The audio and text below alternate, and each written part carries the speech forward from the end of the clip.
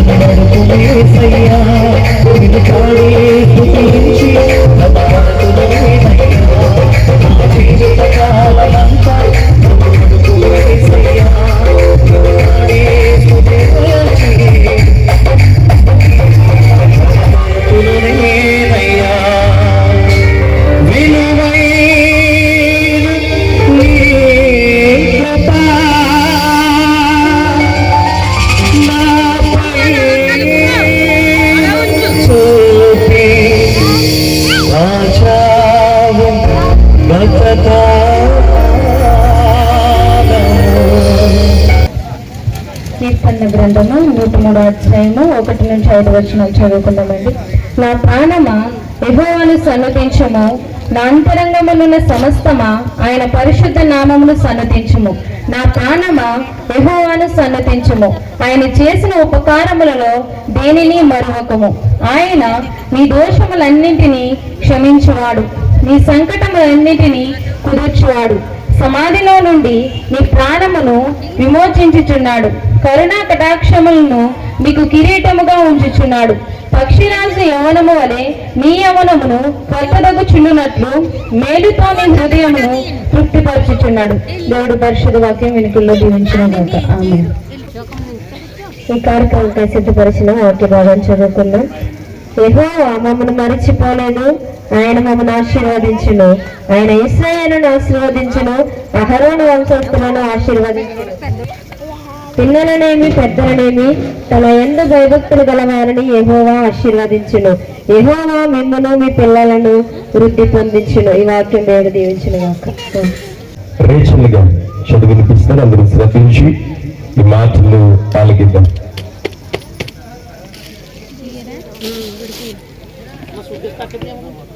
దశలోనికి రాసిన మొదటి పత్రిక 5వ అధ్యాయము 16 నుంచి 19 వచనాల వరకు.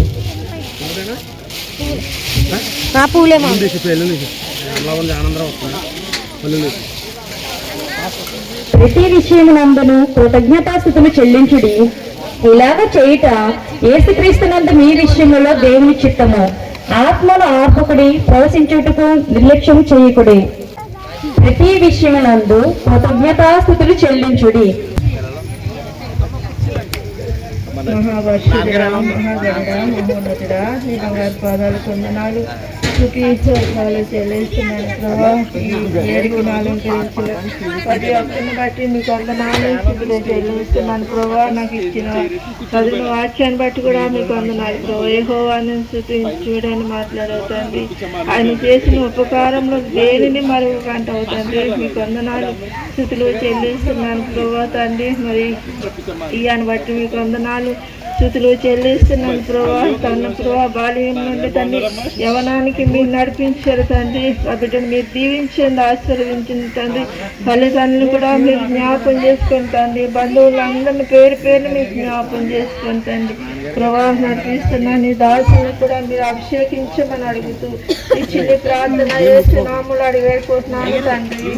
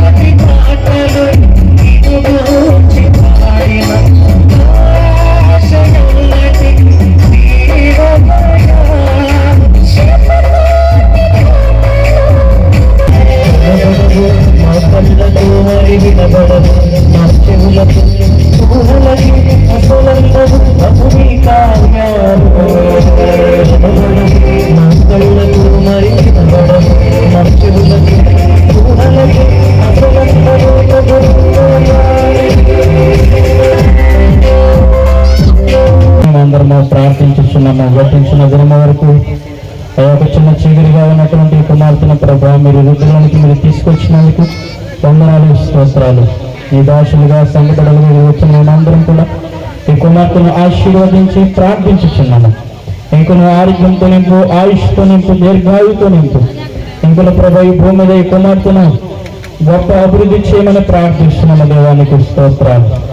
అందరికంటే ప్రభు ప్రయోజనాలుగా మీరు చేయండి, వేవేలుగు తల్లిగా మీరు చేయమని ప్రార్థిస్తున్నాము. దేవా నీకు స్తోత్రములు. నీ నామం కొరకు ఆశీర్వదిస్తూ ఉండగా ఈ దినము తండ్రి ప్రభావికి కావలసిన దీవెనలు, ఆశీర్వాదాలు తండ్రి మెండుగా నీ పరలోకంలో నుండి, సీవంలో నుండి ఇప్పటిపై కుమరించమని ప్రార్థిస్తున్నాము. దేవా నీకు స్తోత్రములు. కుమార్తె ప్రభా చక్కని రూపను, సౌందర్యమును తండ్రి మీరు అలంకరించినందుకు నీకు వందనములు, స్తోత్రములు. దేవా ప్రభా తండ్రి ఇక్కడికి వచ్చిన దైవజనులు, అలాగే కార్యక్రమం జరిపేసిన కుటుంబ సభ్యులందరినీ కూడా, సంఘపడిన స్థానిక దైవజనుల వారి సంఘపడలందరినీ కూడా మీరు దీవించి ఆశీర్వదించమని యేసు పరిశుద్ధ నామంలో ప్రార్థిస్తున్నాము మా పరమ తండ్రి.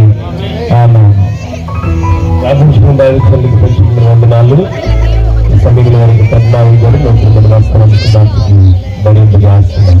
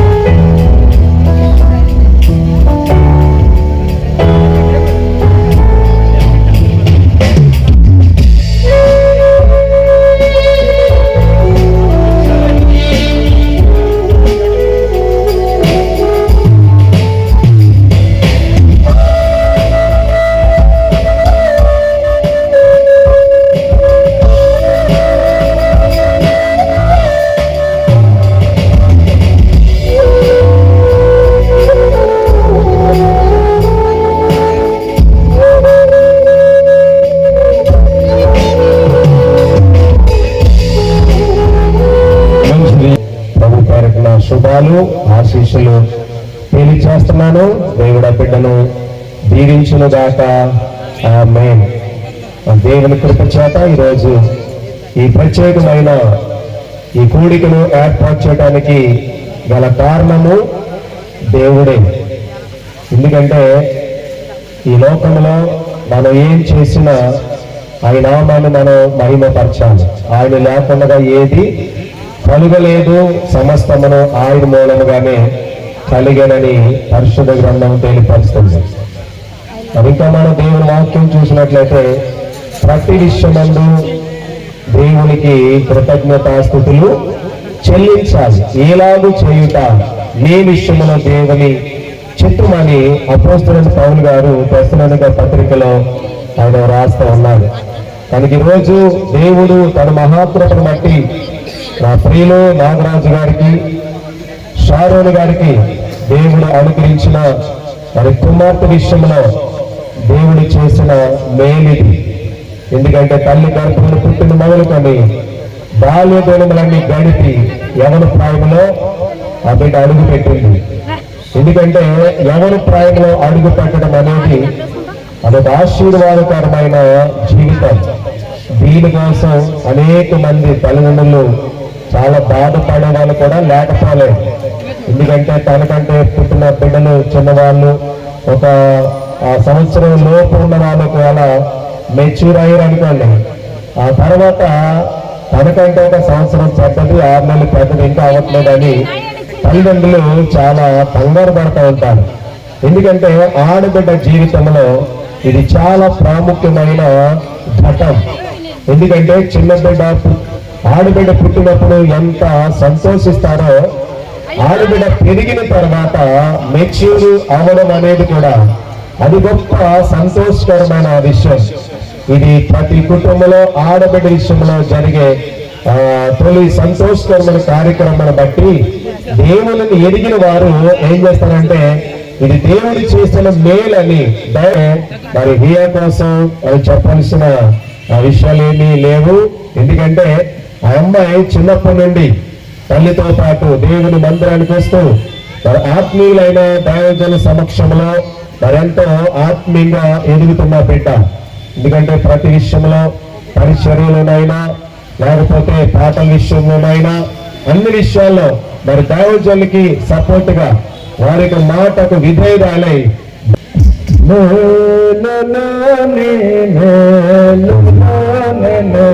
ఆచిపోలేనయ్యా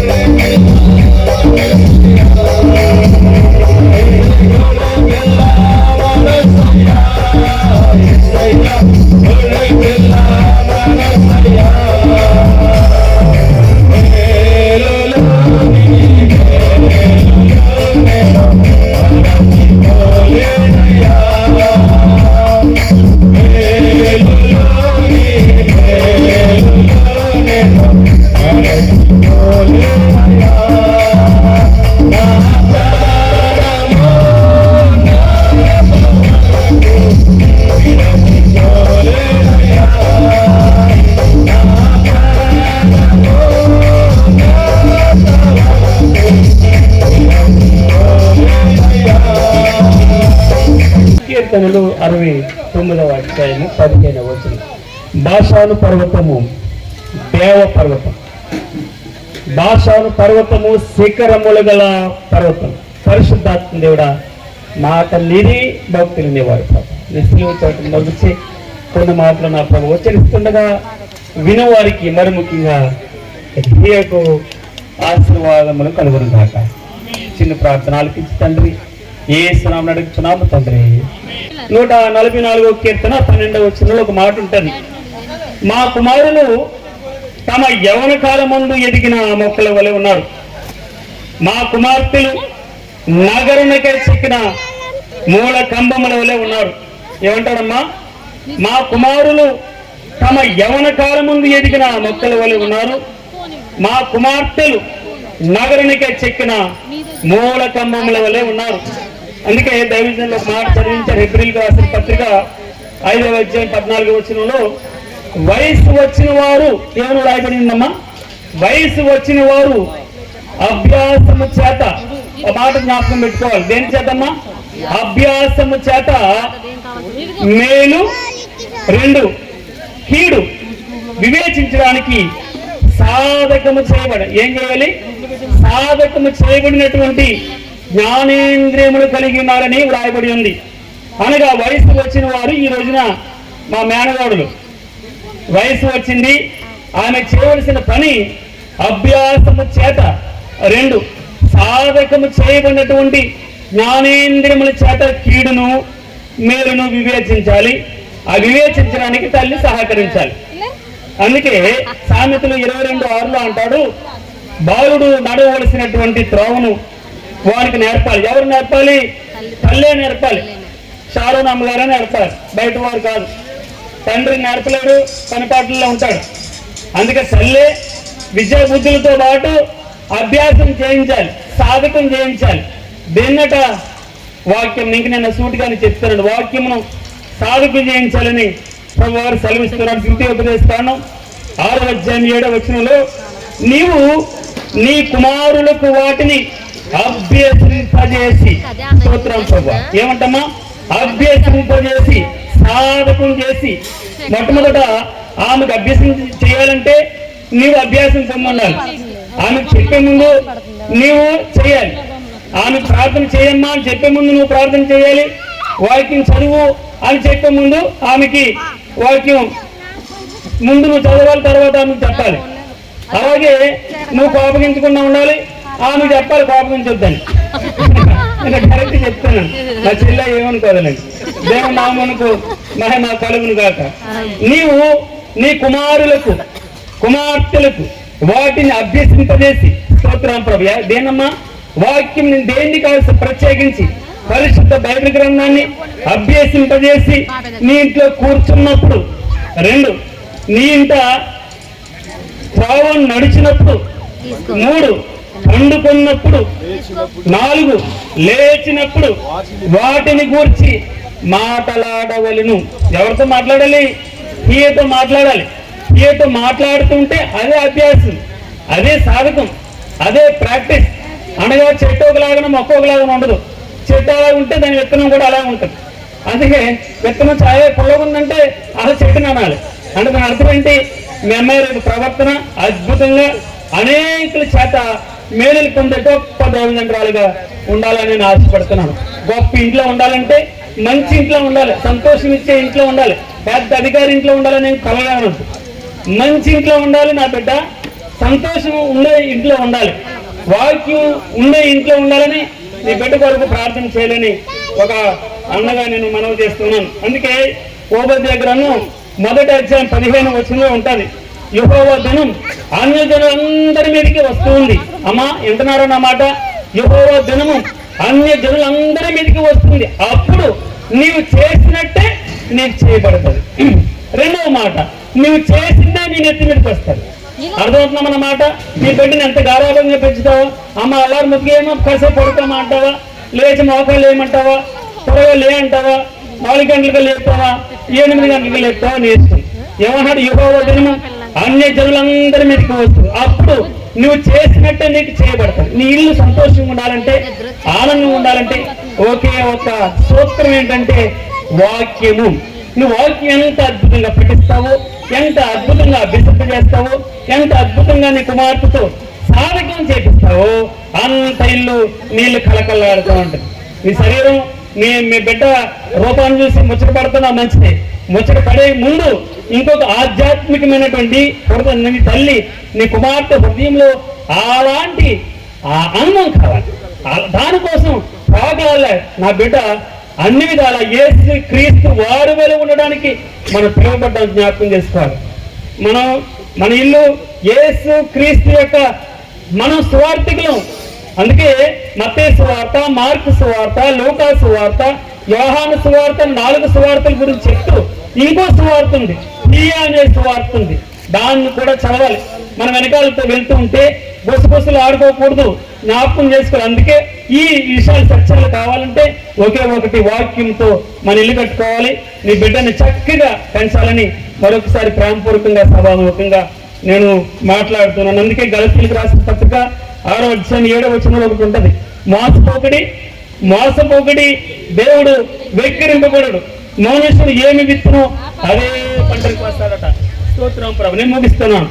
మనుషుడు ఏమి విత్తును అదే పంటను కోస్తాడు. మనల్ని పెట్టాం. మనం ఎలా ఉన్నామో మనం ఏం చేస్తామంటే మనం ఏం ఆశిస్తామో అదే మనకు దొరుకుతుంది. ఇతరుల నుంచి నువ్వేం కోరుకుంటున్నావు అది ఇతరులు కూడా అదే నీ నుంచి కోరుకుంటున్నారు. దయతో నా యొక్క ప్రేమ విన్నపం, నా వాక్యంతో నువ్వు అంటగట్టుబడి ఉండాలి. ఆయనకి వేరుగా ఉండి మనం ఏం చేయాలి? విశ్వత్రాన్ని గుర్తుపెట్టుకోండి. నీకంటే బైబిల్ బాగా తెలుసు, చక్కగా మంచి ఆధ్యాత్మిక స్థితిలో ఉన్నటువంటి ధరం. మనం ఆయనకి వేరుగా ఉండి ఏం చేయాలి? నువ్వు ఒక్కరిదాన్ని పెట్టాలి. నీ పిల్లలు ఆయనతో ఉండాలి, నీ భర్త ఆయనతో ఉండాలి, నీ కుటుంబం ఆయనతో ఉంటే సుఖ సంతోషాలతో శాంతి సమాధానం అనేకులకి మేలు చేసే గృహంగా, అనేకులకి అనేక గృహమునికి అప్పించడానికి నువ్వు ఉంటావు.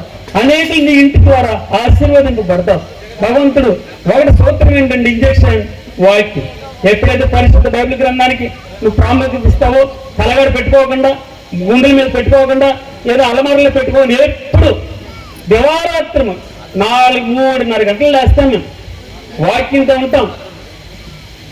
భగవంతుడు అందుకే నీ బిడ్డని ఇంకా అద్భుతంగా, నీ కుటుంబాన్ని అద్భుతంగా ఆశీర్వదించాలంటే వాక్యం ఎక్కువ అంటుకట్టబడి ఉండాలని ఒక అన్నగా నేను హెచ్చరిస్తున్నాను. అలాగే ఈ 5 మాటలు నేను చెప్పేసి 5 నిమిషాలు ముగిస్తాను. ఒకటి 2వ రాజుల గ్రంథం 5వ అధ్యాయం 2వ వచనంలో ఒకటి ఉంటుంది. ఆ బిడ్డ ఆమె బంధింపబడి ఆ యొక్క రాజ్యానికి తీసుకెళ్ళబడింది. ఆమె సిరియా దేశపు సైన్యాధిపతి నయమాను ఇంట్లో ఉంది. ఆమె చిన్నదిగా గుర్తుపడింది. ఆమె స్వార్థ చెప్తూ ఉంటది. ఆమె పరిచర్య చేస్తూ ఉంటది. పరిచర్య చేస్తూ దేవుని గురించి ఎంతో జ్ఞానం కలిసిన బిడ్డ, అయ్యా నీవు నా యజమానుల దగ్గరకు ఉంటే ఎంత మంచిది అని ఆమె రికమెండ్ చేస్తుంది.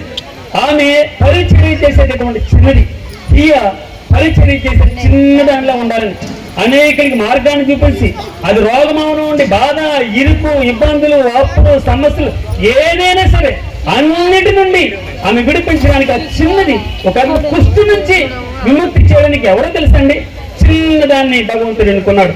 అలానే చిన్నదానిలా ఉండాలని నిన్ను ఆశీర్వదిస్తున్నాను. అలాగే న్యాయాధిపతులు 11వ అధ్యాయం 36లో ఒక మాట ఉంటుంది.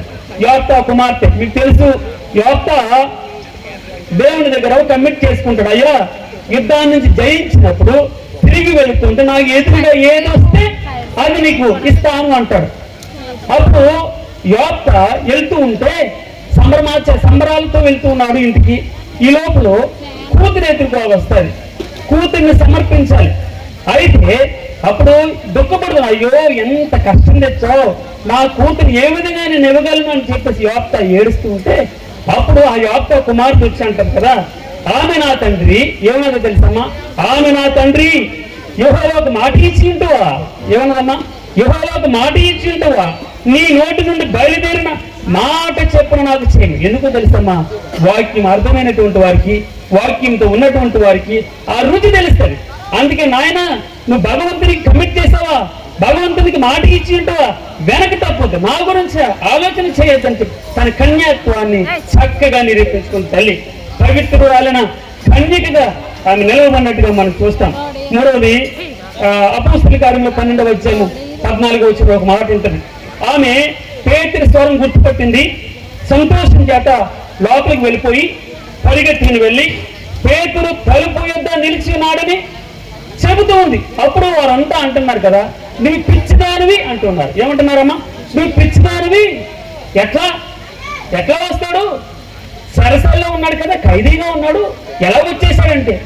అందుకే ప్రార్థన చేసే గుంపులో ఉంది. ఆమె పేరు రోదే. ప్రార్థన చేసే వారితో ఉంది. అది ఏంటి? All night prayer. రాత్రి మొదలు ప్రార్థన చేసే గుంపులో ఆ చిన్నది ఉన్నట్టుగా మనం చూస్తాం. ఉండుటని బట్టి అంతా అన్నారు, నువ్వు పిచ్చిదానివి, ఏం మాట్లాడుతున్నావు, జైల్లో ఉన్నటువంటి ఎలా బయటకు వస్తాడని చెప్పేసి. కాదు, ఆయన తప్పకుండా బయటకు వస్తాడు. ఇదిగో నేను విన్నాను, దైవజనుల స్వరాన్ని విన్నది చిన్న పిల్లండి, చిన్నది దైవజనుల స్వరం ఉంది. అందుకే ప్రార్థన చేసే చిన్నదిగా ఈ హియా ఉండాలని నేను ఇష్టపడుతున్నాను. 4వది అపోస్తల కార్యములు 20వ అధ్యాయం 9వ వచనంలో కన్యకలుగా ఉన్న 4 కుమార్తెలు అతనికి ఉండి వారు ప్రవచించువారు అని వ్రాయబడింది. ఏమి వ్రాయబడిందమ్మా? ప్రవచించువారు అని వ్రాయబడింది. మన కుమార్తెలు ప్రవచించువారుగా ఉండాలని భగవంతుడు ఇష్టపడుతున్నాడు.